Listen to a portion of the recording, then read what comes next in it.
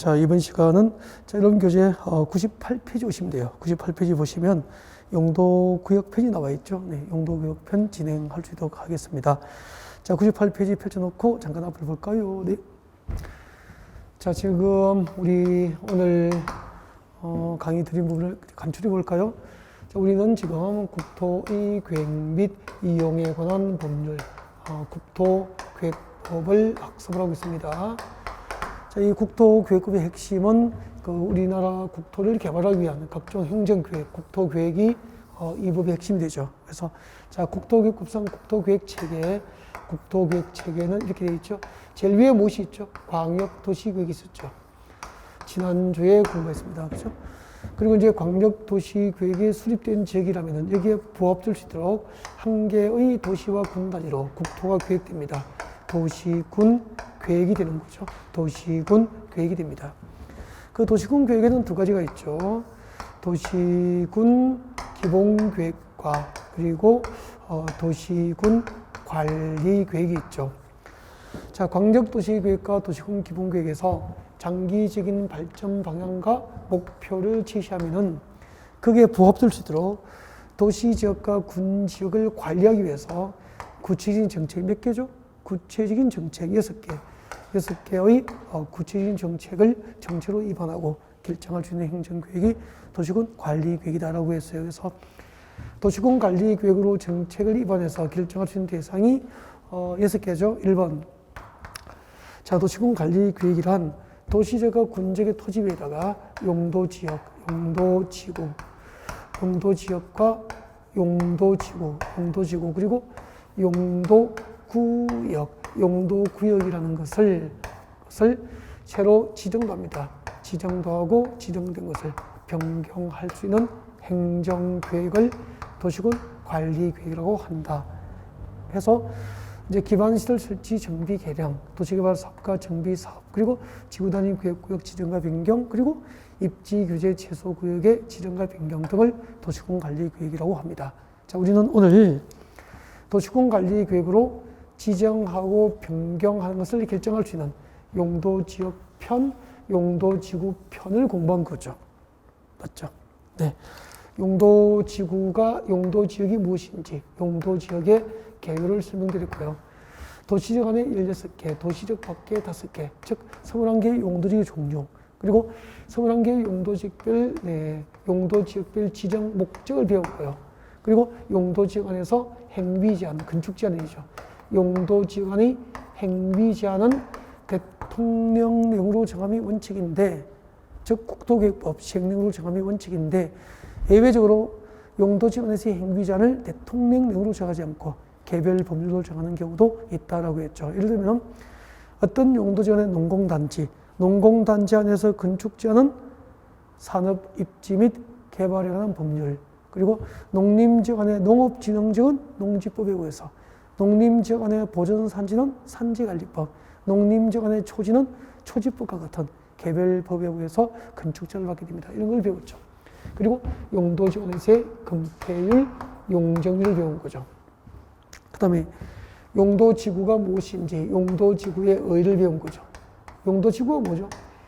이미 지정된 용도지역 안에서 건축제한을 더욱더 강화 내지 완화 적용할 목적으로 그 용도지역 위에 부가적으로 지정하는 것을 용도지구라고 한다라고 배웠습니다. 그리고 이제 용도지구의 분류를 배운 거죠. 용도지구의 분류해가지고 용도지구는 크게 두 가지가 있죠.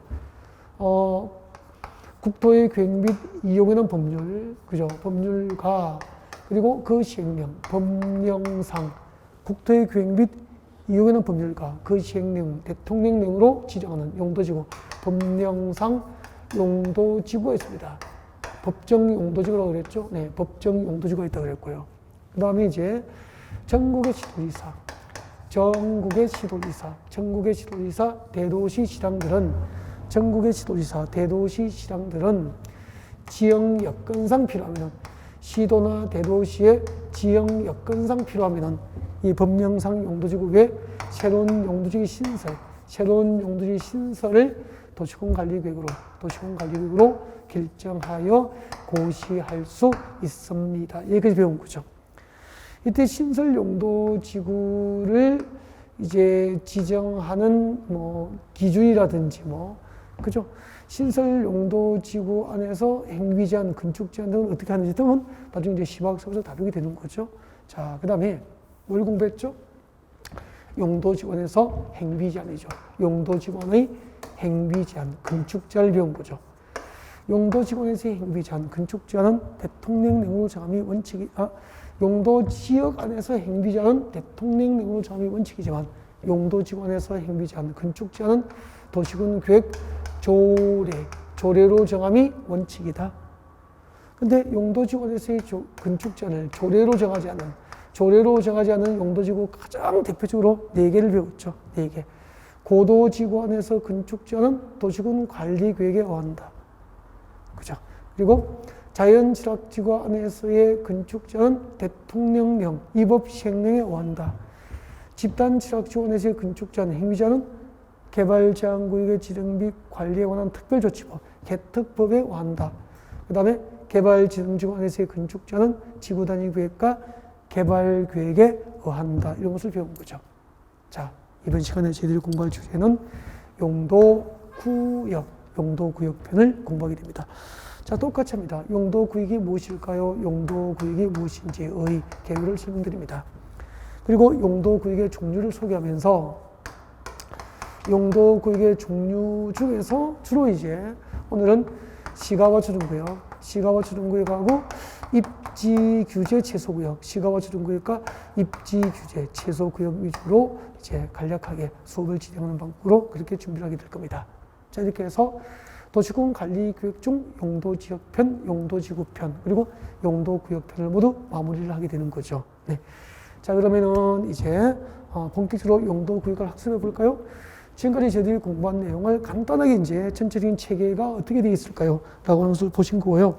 자, 지금부터 본격적으로 용도구역편을 공부할 수 있도록 이렇게 준비해 볼까요? 네. 자, 지금부터 이제 도시군 관리계획 중에서 용도구역이죠. 용도구역편을 진행할 수 있도록 합니다. 먼저 용도구역이 무엇일까요? 용도구역의 의의를 보겠습니다. 자, 여러분 교재 98페이지 보면은 이제 03번 용도구역이 나와 있는데, 네, 용도구역의 개요가 설명이 안 돼 있죠. 네, 교재에는 앞쪽에 용어 정의에서 정리가 되어 있기 때문에 여기서 따로 적지 않은 거예요. 그래서 여러분 살짝 그 용도구역 뒤에다 메모합니다. 의의에서 필기를 해도 괜찮죠. 자, 용도구역, 자, 뒤에다가 의의에서 살짝 메모해 봅니다. 교재에 적으면 돼요. 98페이지 03번 용도구역 뒤쪽의 공간에다 적어보십시오. 여러분, 우리 이렇게 배웠죠? 자, 주거지역, 상업지역, 공업지역 등 용도지역이 이미 지정되어 있었고요.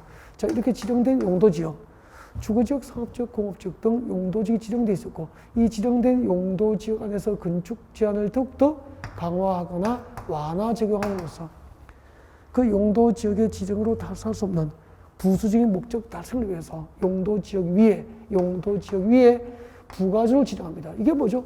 용도지구죠. 용도지구가 되는 거잖아요.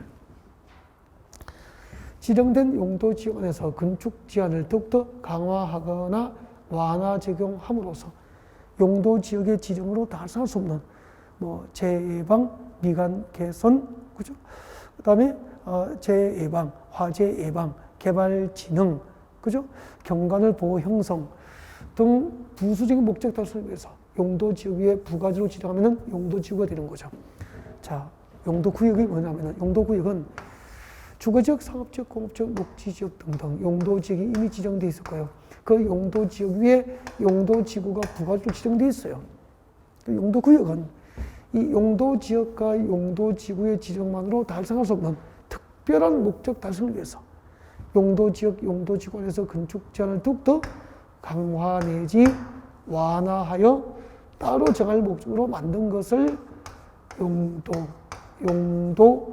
용도구역이라고 하는 거예요. 이미 지정된 용도지역 안에서 건축 제한을 강화, 완화 적용할 목적으로 만드는 용도지구. 지역지구 안에서 건축전을 강화 내지 완화 증강을 목적으로 만들면 용도구역 그렇게 되는 거죠. 비교하니까 구별되죠. 이게 2019년도에 시험 나온 거잖아요.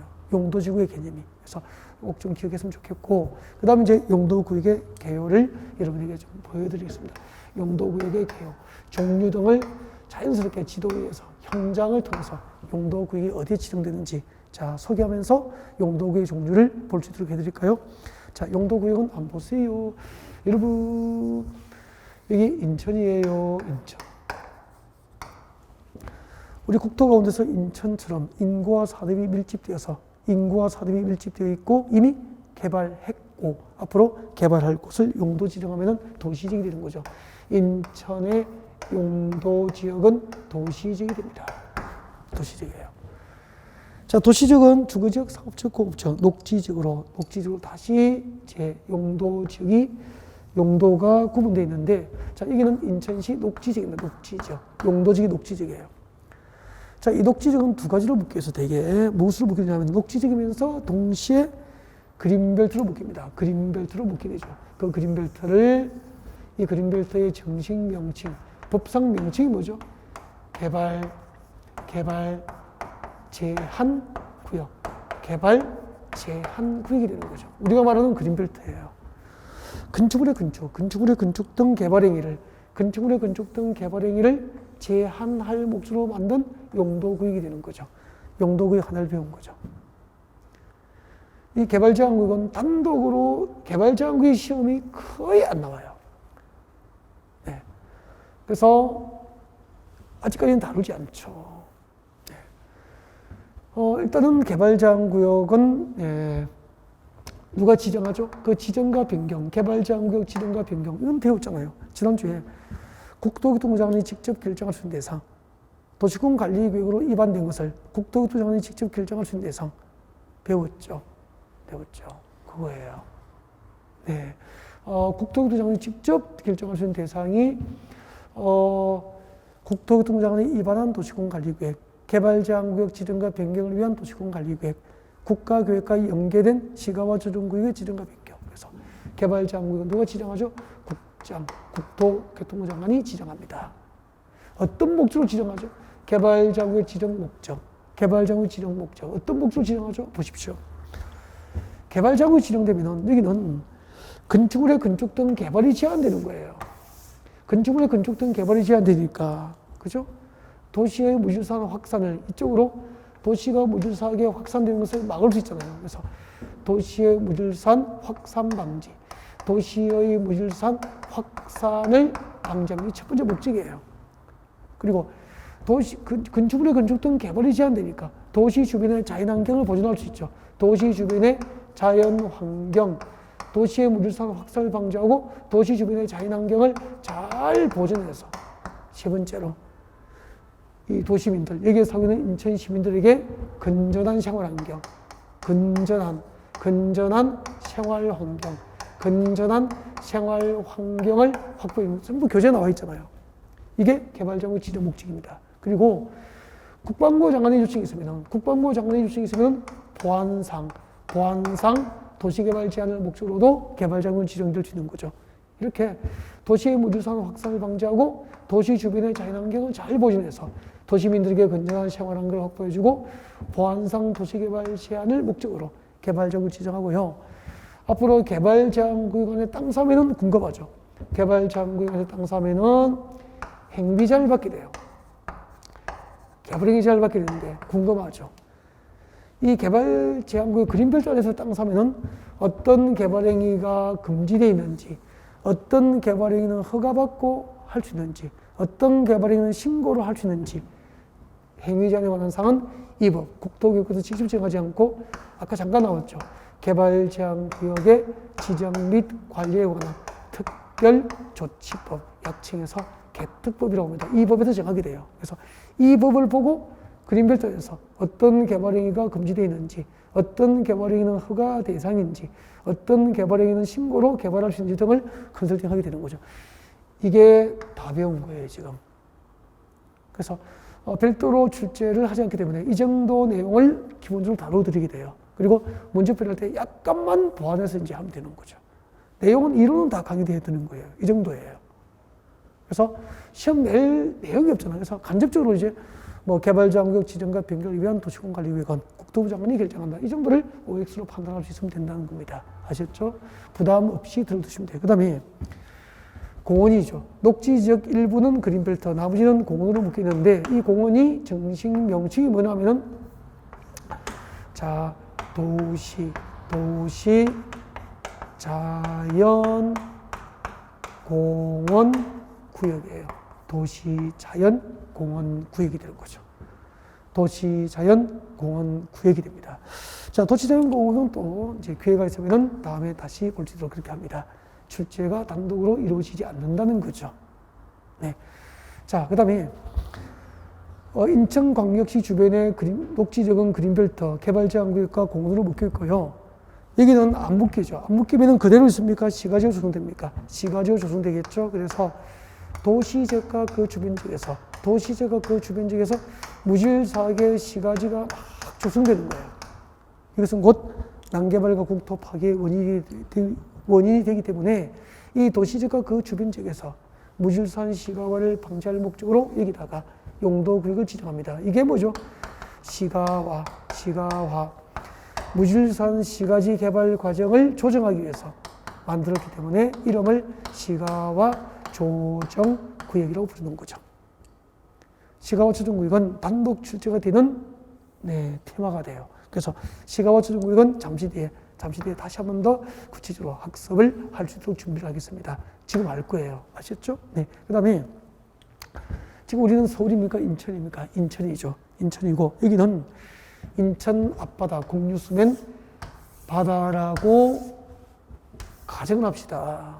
그러면은 인천 앞바다 공유 수면 중에서 아직까지 개발되지 않고 수산자원의 보호 육성이 필요한 공유 수면이 있겠죠.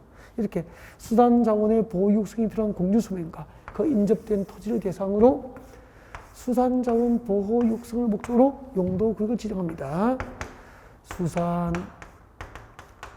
수산자원 보호 구역이 되는 거죠. 수산자원 보호구역. 그렇게 해서 개발제한구역과 도시자연공원구역과 시가화 조정구역과 수산자원 보호구역. 이 네 개가 용도구역이 되는 거예요. 용도구역. 네. 자, 일단 네 개를 했고요. 그 다음에 이제, 우리, 이제 이게 만약에 이제 서울로 다시 바뀌었습니다. 서울이라고 합시다. 서울이고요. 서울의 강남에 삼성동에 있던 한국전력 본사가 나주 혁신도시로 이전해버렸다고 그랬죠. 그러면은 나주 혁신도시 건설하는데 한국전력 본사 지어야 되죠. 거기에 근무할 수 있는 직원들이 근무할 수 있는 아파트 지어야 되죠. 아파트에 입주하면은 건너편에 또 상가가 있어야 먹고 살죠. 아이들 학교 보내야 되죠. 이렇게 해서 나중에 혁신도시가 건설된 거예요. 그 건설 비용이 이제 수십조 원이, 10조 원 이상 들었겠죠.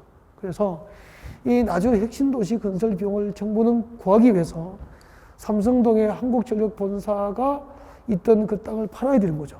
한국전력 본사가 있던 땅이니까 삼성동 한전부지라고 그래요. 우리가 한전부지를 팔아야 돼요. 그럼 이걸 정부 입장에서 비싸게 잘 파는 방법은 이 지역의 개발 입지 규제를, 이 지역의 개발 입지 규제를 최소화해 주려고, 이 지역의 개발 입지 규제를 최소화해 주려고 용도구역을 지정합니다. 이게 입지 규제 최소 구역이에요. 네. 이렇게 개발 입지 규제를 최소화해서 이제 개발을 제도적으로 보장하기 위해서 입지 규제 최소 구역이 지정됩니다. 그렇게 해서 우리 국토교육법상 도시공관리계획이라는 행정계획으로 지정하고 변경하는 것을 결정할 수 있는 용도구역은 5개예요. 개발제한구역, 도시자연공원구역, 시가화 조정구역, 수산자원보호구역, 그리고 입지규제 최소구역을 소개해드리면서 각각 어디에 주로 지정되는지, 반드시는 아니고 주로 지정되는 곳을 여러분들에게 소개한 거예요. 그러면 용도구역은 주로 도시지역과 그 주변 지역에서 용도구역이 지정되는 거지. 농림지역이나 자연환경 보전지역이나 그죠? 그리고, 극히 일부의 관리지역이 아닌, 대부분의 관리지역 등은 네, 용도구역 지정이 그렇게, 거의 없다라고 보면 되는 거죠. 특히 이제, 농림지역이나 자연환경 보전지역에는 이런 용도구역 지정이, 많지 않아요. 아셨죠? 네. 됐습니다. 여기까지 용도구역을 소개했고요. 용도구역이 무엇인지, 그리고 용도구역의 종류별로 각각 어떤 위치에 주로 지정되는지 등등을 여러분에게 소개를 드린 거예요. 그러면은 단독 출제되는 게 두 가지죠, 주로. 시가와 주둔구역하고 입지규제 최소구역 위주로 출제가 이루어져요.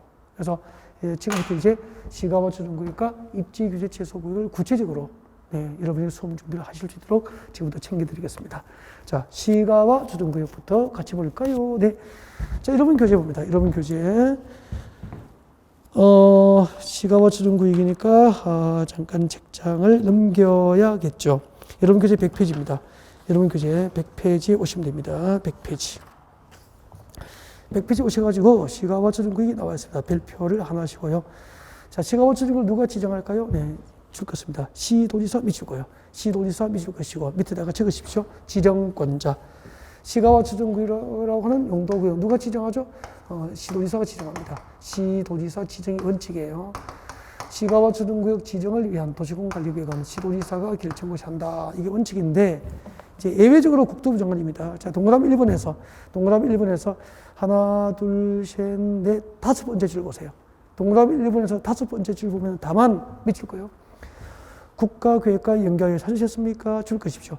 밑줄 쭉 끄세요. 국가계획과 연계하여 시가와 주둔구역의 지정과 변경이 필요한 경우에는 예외적으로 누구죠? 국장, 국토교통부 장관이 시가와 주둔구역 지정과 변경을 결정하게 돼요. 그래서 여러분 시가와 주둔구역 지정을 위한 도시공관리계획은 원칙적으로 누가 결정합니까? 시도지사 결정이 원칙인데 국가계획과 연계된 시가와 주둔구역 지정과 변경은 국토교통부 장관이 지정과 변경을 결정한다 이 말입니다. 중요해요. 그 다음에 시가와 주둔구역 지정 목적이 세 가지가 있습니다. 시가와 주둔구역은 어떤 목적으로 지정될까요? 지정 목적. 시가와 주둔구역 지정 목적이 세 가지가 있습니다. 교재 보세요. 100페이지 동그라미 1번. 제일 위에 동그라미 1번. 100페이지 제일 위에 동그라미 1번 같이 봅니다. 읽어볼게요. 시도지사는 직접 또는 관계 행정기관장의 요청을 받고 지금부터 미줄 것이십시오. 미줄 거세요. 도시지역과 그 주변 지역에서 무질서한 시가화를 방지 줄 것이고 동그라미 1번. 도시지역과 그 주변 지역에서 무질서한 시가화를 방지하고 1번. 다음 줄 것죠. 계획적이고 단계적인 개발을 도모 줄 것이죠. 2번. 계획적이고 단계적인 신도시 개발을 도모하기 위해서 2번. 그 다음에 그 밑에 줄 세 번째 줄 5년 이상 20년 이내의 기간 동안 시가화를 유보 줄 거예요. 가로 안에 5년 이상 20년 이내의 기간 그 뒤에 줄 것죠. 동안 기간 동안 시가화를 유보 줄 것이고 동그라미 3번. 그 동그라미 1, 2, 3번이 시가화 주둔구역 지정 목적이 돼요. 목적. 그 다음에 동그라미 3번 내려옵니다. 시가화 유보 기간이 나와 있어요. 몇 년이죠? 시가화 유보 기간은 5년 이상 20년 이내가 됩니다. 그리고 동그라미 2번 봅니다. 밑줄 쭉 끄십시오. 다 줄 것이십시오. 시가화 주둔구역 지정에 관한 도시군 관리구역 결정한 유보 기간, 시가화 유보 기간이 끝난 날에 다음 날부터 그 효력을 잃는다. 자, 여기까지 밑줄 꺼놓고 고개를 드시고 화면을 봐주세요. 지금부터 시가와 주둔구역을 다시 한 번 더 설명을 여러분께 드리고 싶습니다. 시가와 주둔구역이죠. 설명드립니다. 시가와 주둔구역. 자, 보겠습니다. 자, 시가와 주둔구역 지정권자. 시가와 주둔구역의 지정과 변경을 도시공관리가 결정하는데 누가 할까요? 지정권자. 원칙이 누구죠? 시도지사입니다. 시도지사가 시가와 주둔구역의 지정과 변경을 결정고시하는 게 원칙인데 예외적으로 누가 결정할 수 있죠? 국장, 국토교통부 장관이 결정고시할 수도 있죠. 언제? 국가계획이 꼭 넣어야 됩니다. 국가계획과 연계된 이걸 빠뜨리면 안 돼요. 국가계획과 연계된 시가와 주둔구역의 지정과 변경을 위한 도시공관리계획만 예외적으로 국토교통부 장관이 결정할 수 있게 되는 거죠. 그 다음에 시가와 주둔구역 지정 목적 안 외워도 되죠. 안 외워도 외워지죠. 잠깐 한번 보실까요? 여기 보세요. 여기 보세요. 현장을 보세요. 여기는 인천이고 도시지역 맞죠? 여기는 도시적인 주변지역이죠. 법 조문에 맞도록 그림을 그린 거예요. 자, 도시지역과 주변지역에서 도시지역과 그 주변지역에서 무질서한 시가지 개발이 일어나면 난개발과 국토 파괴의 원인이 되니까 이 도시지역과 주변지역에서 무질서한 시가화를 방지합니다. 도시지역과 그 주변지역에서 무질서한 시가화, 무질서한 시가화를 방지하고 아까 밑줄 그어드렸잖아요. 안 적어도 됐잖아요. 교재도 밑줄 그어드렸는데 자, 도시지역과 그 주변지역에서 무질서한 시가화를 방지하고 이 동네를 계획을 세워서 단계적으로 신도시 개발을 도모하려고 두 번째, 나중에 계획적이고 단계적으로 신도시 개발을 도모하려고 계획적이고 단계적인 개발을 도모하기 위해서 일단은 5년 이상 20년 이내에서 유보기간을 정해요. 이게 유보기간이 됩니다. 시가와 유보기간. 5년 이상 20년 이내에서 정하는 기간 동안 시가지 개발을 일단은 유보를 시켜두는 거예요. 그럼 만약에 시가와 조정구역이 결정고시 되면은 최소 5년, 최대 20년 사이에서 시가지 개발 유보 기간을 결정하게 되는 거예요. 그러니까 만약에 이 시가와 조정구역에서 유보 기간이 17년이다 라고 결정되면은 이 시가와 조정구역에서는 17년 동안 시가지 개발이 유보 조정이 되는 거예요. 금지되는 거예요. 됐다가 유보 기간 17년이 끝나면은 그 다음 날짜로 여기 시가와 조정구역 지정을 결정고시한 시가와 조정구역 지정을 도시군관리로 결정고시 했잖아요. 그 결정고시 효력이 실효가 되어버려요. 언제예요? 유보 기간이 끝난 날. 유보 기간이 끝난 날에 다음 날이죠. 5년 이상 20년 이내에서 유보기간이 결정되면 그 유보기간이 끝난 날의 다음 날 시가와 조정구역 지정을 결정고시하는 결정고시 효력이 실효가 되어버리니까 이 지역은 시가와 조정구역이 해제가 되어버려요. 해제가 되면 그때 계획을 세워서 저 동네를 단계적으로 신도시 개발을 도모하게 된다 이 말입니다. 이해가 되죠? 그럼 처음부터 해볼까요? 여러분, 도시지역과 그 주변 지역에서 무질서하게 시가지가 조성되면은 그 무질서한 시가지 개발을 방지하기 위해서 5년 이상 20년 이내에서 시가화 유보 기간을 정하고 그 유보 기간 동안 시가지 개발을 유보시켰다가 유보 기간이 끝나면은 그 다음 날짜로 시가와 조정구역에서 해제가 돼요. 해제가 되면은 그때 이 동네를 계획적이고 단계적으로 신도시 개발을 도모하기 위해서 도시군 관리구역으로 결정고시한 용도구역을 무엇이라고 한다? 시가와 조정구역이라고 한다 그런 얘기예요. 그러면은 만약에 여기 이제 땅이 있고 부동산 건물이 빌딩이 있고 땅이 있으면 시가와 조정구역 지정이 결정고시 되면은 땅값이 부동산값이 오를까요? 떨어질까요? 떨어지죠. 왜요? 최소 5년, 최대 몇 년 동안? 20년 동안 모든 개발이 금지되어 버리니까. 근데 유보기간이 17년이 결정됐고요. 15년 지났어. 몇 년 남았죠? 2년만 지나면은 시가와 조정구역에서 해제가 되잖아요. 해제가 되면 이 지역은 계획적이고 단계적으로 신도시 개발이 도모되는 거예요. 그러면 지정 당시에는 부동산 가격이 떨어지지만, 그죠? 유보기간이 끝날 때쯤 되면은 해당 지역 부동산 가격은 어느 정도 상승하게 되는 거잖아요. 그죠? 그리고 주변 지역은 투자하기 좋아지잖아요.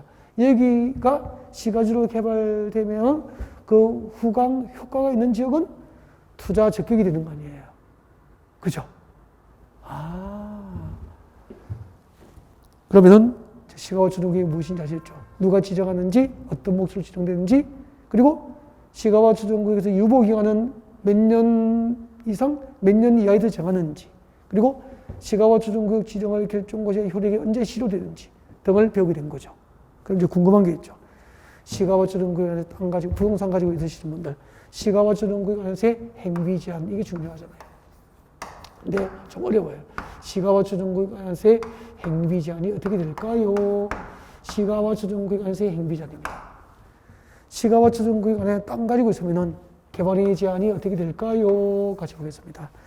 시가와 주둔구역이 결정고시 된 토지의 수는, 이거 옆에 살짝 메모해도 괜찮은데요. 시가와 주둔구역이 결정고시 된 토지의 수는 원칙적으로 도시군 계획 사업이 금지됩니다. 좀 외우십시오. 시가와 주둔구역이 결정고시 되면 원칙적으로 도시군 계획 사업, 시가와 주둔구역에서는 원칙적으로 도시군 계획 사업 시행이 금지됩니다. 도시군 계획 사업 시행도 금지되는 게 원칙이에요. 시가와 주둔구역이 결정고시 된 토지에서는 원칙적으로 도시군 계획 사업이 금지됩니다. 그리고 우리 지난주에 배웠죠.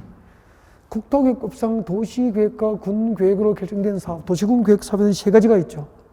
국토계획법상 도시군계획 사업 세 가지, 지난주에 배웠습니다. 도시군계획 사업에는 첫 번째 뭐죠? 도로 만들고 지하철 건설하는 도시군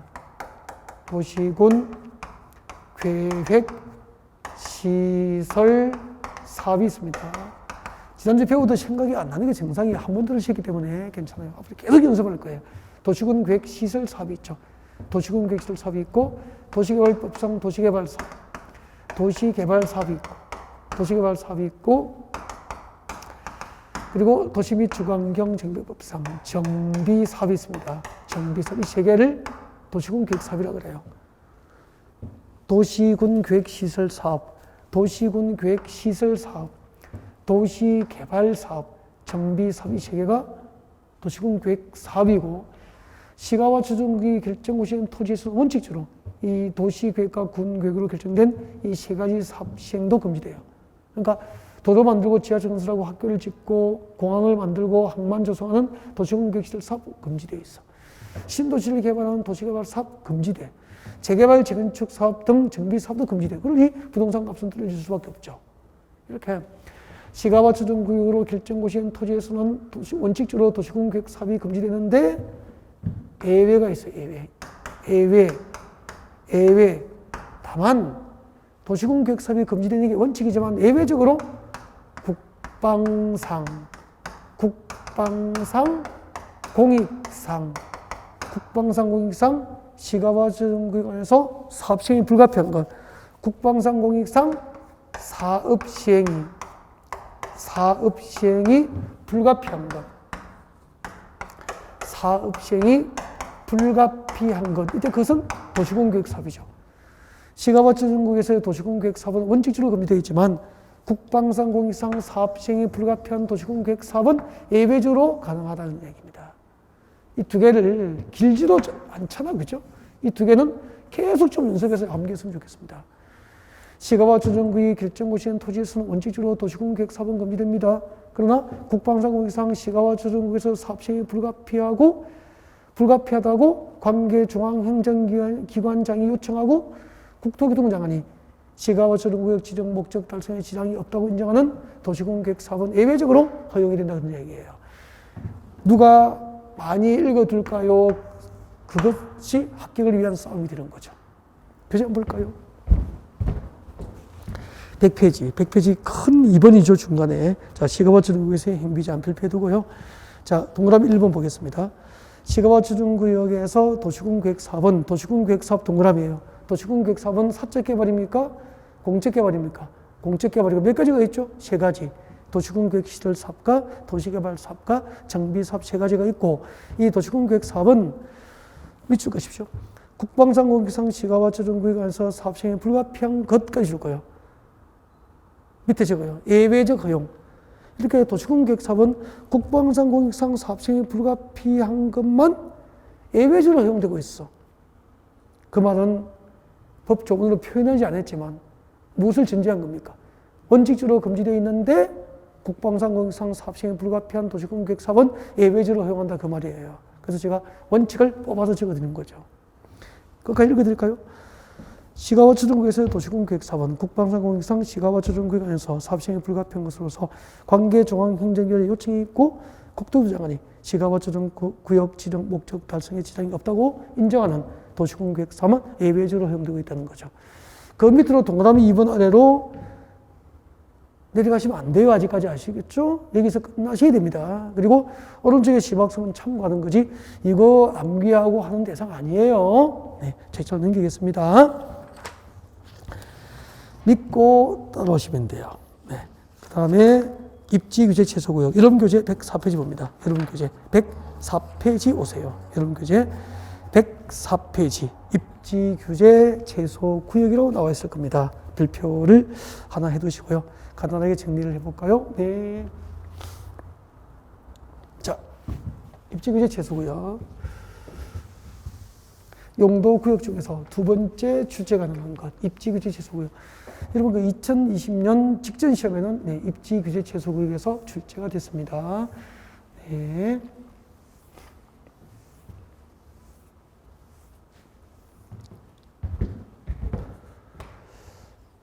수단자원 왜 안 해요? 라고 하시면 안 돼요. 안 나와요. 최소한만 나중에 준비해두면 되는 거죠. 지금 이거 하고 할 필요 없죠. 개발자원 단독 출제는 거의 안 되죠. 그냥 맛보기로 잠깐 해드린 거예요. 알겠죠? 도시자연공원구역 단독 출제되는 건 거의 없습니다. 없었습니다. 그래서 안 하는 거예요. 안 나오면은 안 하는 거예요. 나중에 문제풀이 과정 등에서 최소한만 준비를 하게 되는 거예요. 아셨죠? 왜 안 해요? 안 나오니까. 그 다음에 입지규제 최소구역 같이 보겠습니다. 입지규제 최소구역을 아까 이렇게 했잖아요. 삼성동에 있던 한국전력본사가 나주 핵심도시, 전라남도 나주 핵심도시를 이전해버리니까 그 나주 핵심도시 건설 비용을 구하기 위해서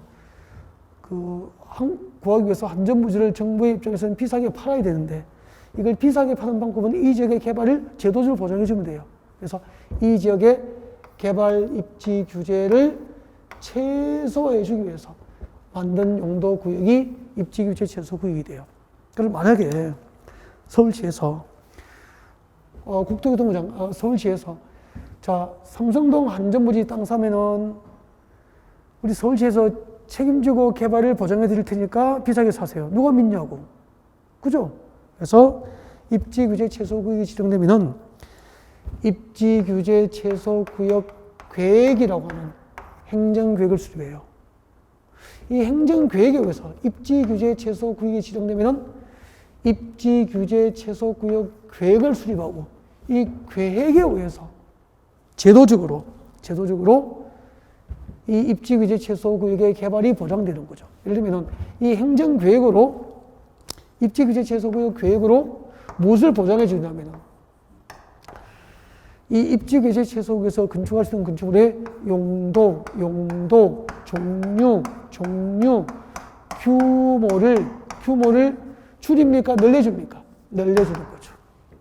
예를 들면은 삼성동 한국전력본사 한전부지를 누군가가 비싼 값으로 입찰에 응찰해서 낙찰을 받으면은 이 지역의 건축업상 건축물의 용도별 종류가 29개인데 그 중에서 사업성이 있는 대부분의 용도를 건축할 수 있도록 건축할 수 있는 건축의 용도와 종류와 그리고 대규모 건축이 가능하도록 규모를 늘려준다는 거죠.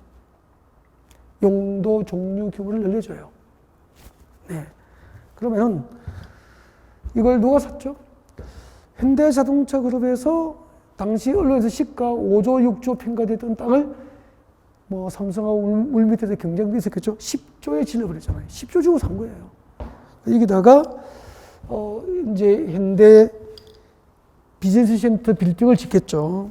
여기다 업무용대 빌딩, 그죠? 제1롯데월드보다 좀 높게 뭐 설계됐었죠. 네.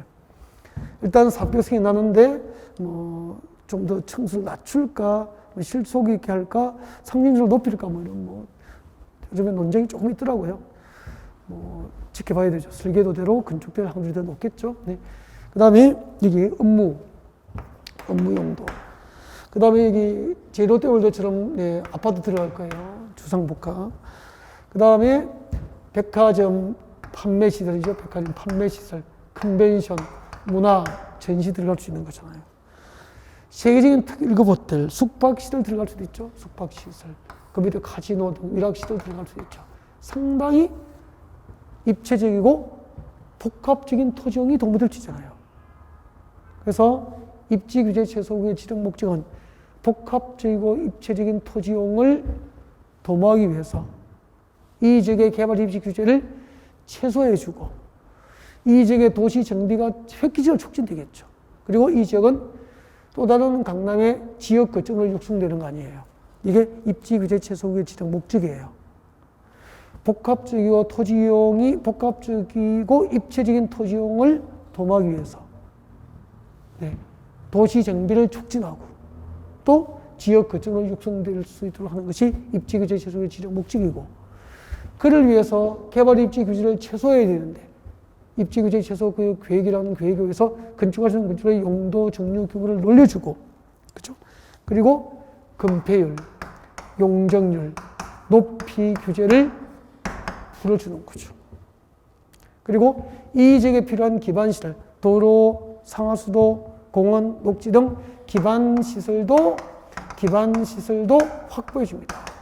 이런 것을 제도적으로 행정계획으로 보장하는 게 입지규제 최소구역이에요. 지정권자가 누구라고 했죠? 입지규제 최소구역의 지정권자는 도시군관리계획의 결정권자입니다. 결정권자. 우리 지난주에 이방권자 결정권자를 배웠잖아요.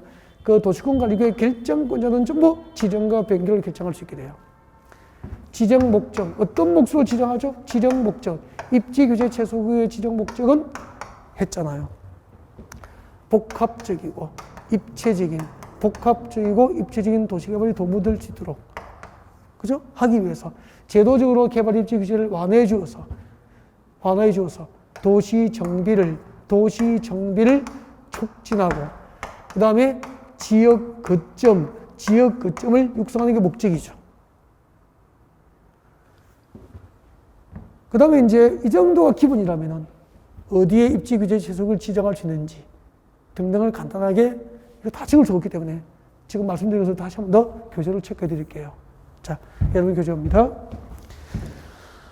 104페이지 실 밑에 입지 규제 최소의 지정, 동그라미 1번 결정권자 줄 것이고 밑에다가 입지 규제 최소의 지정권자 되는 거죠. 지정권자 되는 겁니다.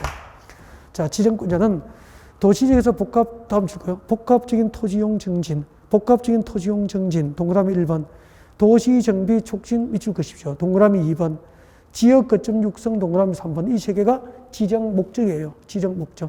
이 세 가지 목적 달성을 위해서 필요하다고 인정되면은 다음 중 한 개에 해당하는 지역과 그 주변 지역 전부나 일부를 입지 규제 최소를 지정할 수 있다. 입지 규제 최소 구역을 지정할 수 있는 대상, 기역부터 미역까지 컬러로 복사된 부분은 암기를 하는 게 좋아요. 묶어서 암기. 도심과 부도심 등 생활권 중심 지역은 지역 거점 육성을 목적으로 입지 규제 최소가 지정될 수 있고요. 그 다음에 디귿번, 니은번 철도 역사 등 제가 읽으면 줄 거죠. 철도 역사 그리고 저 뒤에 철도 역사 등 기반시설 중에서 지역 거점 역할을 수행할 수 있는 시설까지 줄 거예요. 철도 역사 등 지역 거점 역할을 수행할 수 있는 시설을 중심으로 지정할 수 있게 됩니다. 그 다음에 디귿번 줄 거죠. 2개 이상 하면 틀려요. 3개 이상 노선의 교차는 대중교통 결조지로부터 몇 킬로? 10킬로 가지고 1km 이내. 3개 이상의 노선의 교차는 대중교통 결조지로부터 1km 이내에 위치한 지역은 입지규제 최소구역 지정이 가능합니다. 그리고 리얼분에 제가 읽어 몇 줄 것이십시오. 노후 불량 건축물이 밀집한 주거지역과 공업지역이에요. 상업지가 아니고. 노후 불량 건축물이 밀집한 주거지역과 공업지역으로서 정비가 시급한 지역. 그리고 니은번 제일 끝에 도시 경제 기반형 활성화 계획을 수립하고 있는 지역, 도시 경제 기반형 활성화 계획을 수립하고 있는 지역 등은 입지 규제 최소 구역 지정이 가능하고요. 그때 동그라미 2번 같이 봅니다. 입지 규제 최소 구역 계획에는 계획 동그라미 입지 규제 최소 구역 계획이라고 하는 행정 계획에는 그 지정 목적이 달성될 수 있도록 다음 사항이 포함되어서 즉 행정 계획으로 다음 사항을 보장해 주게 되는 거죠. 예를 들면은 기억번 해봐요. 입지 규제 최소구역에서는 건축물의 용도 종류, 동그라미죠. 용도, 종류, 규모에 관한 사항이 완화돼요. 그 다음에 건폐율 용적률 높이 동그라미에요. 건폐율 용적률 높이도 완화돼요. 그리고 디귿번 기반시설 확보 줄 거예요. 기반시설 확보도 제도적으로 보장해줘요. 나머지 안 보셔도 될 것 같고요. 그 다음에 동그라미 4번은 참고로만 적어둡니다. 참고로 적어두시고, 그리고 책자를 넘깁니다. 넘겨서 2번에 봅니다. 입지 규제 최소 구역에서의 행위 제한 미칠 거예요. 입지 규제 최소 구역에서 행위 제한에 관한 사항은 세 번째 줄 줄 거죠. 세 번째 줄에 입지 규제 최소 구역 계획으로 정한다라고 밑줄 그시면 되죠. 여기까지가 용도 구역이에요. 용도 구역이고 다음 주에 오시면은 챕터 6이 되죠. 지구 단위 계획편에서 다음 주에 이제 진도를 준비를 하게 될 것 같습니다. 자, 오늘 여러분 여기까지고요. 수고 많으셨습니다.